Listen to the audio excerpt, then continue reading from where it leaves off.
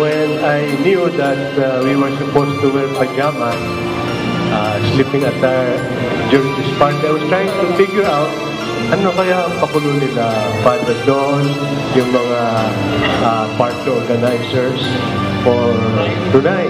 Bawat Pasko'y may dalang himala, malakas mang ulan, ito'y titila. And along the way, I thought that really there is a deeper meaning in what we are doing tonight.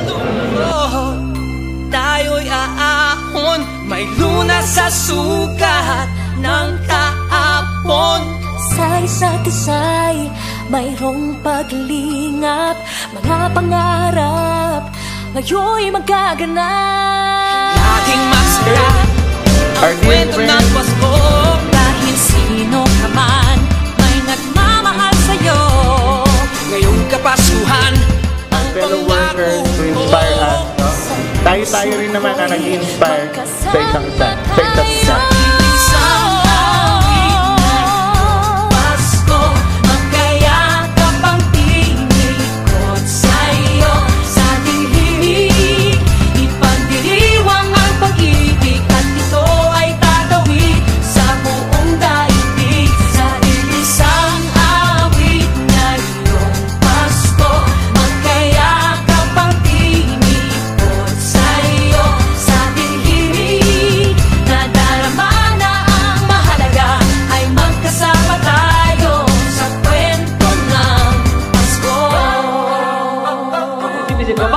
Pag natutulog ka, hindi naman lahat ng natutulog, walang panaginip. Diba? Mas masaya yung panaginip, yung mga taong natutulog na mayroong magagandang panaginip. So even in your sleep, sometimes, the brain continues to work.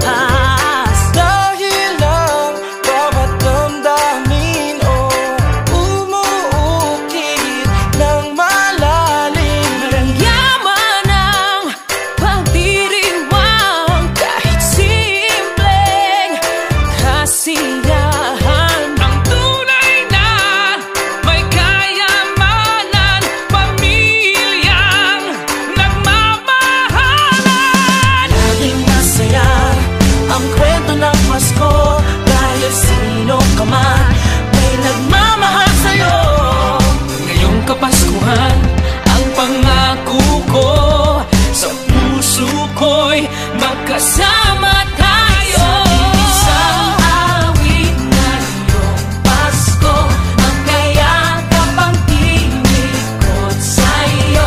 Sa ating himig, ipagdiriwang ang pag-ibig, at ito ay tatawid sa buong daigdig. Sa isang awit na iyong Pasko, magkayakap ang tinikot sa'yo.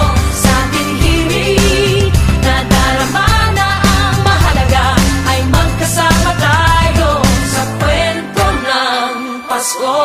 Kaya inisip ko, siguro maganda din na konsepto na sana, habang nag-celebrate tayo ng Advent in pajamas, na resting, getting ready for rest, but sana we're also trying to become active in our dreaming.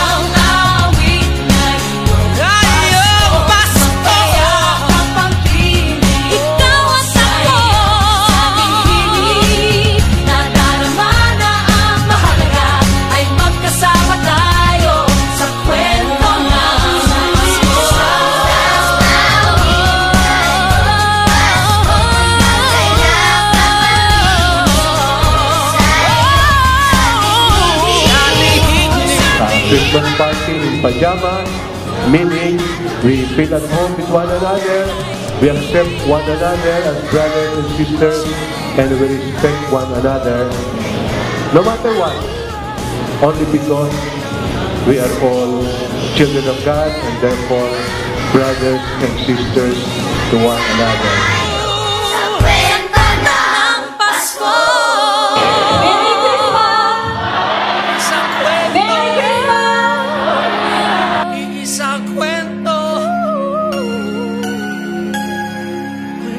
Pasko.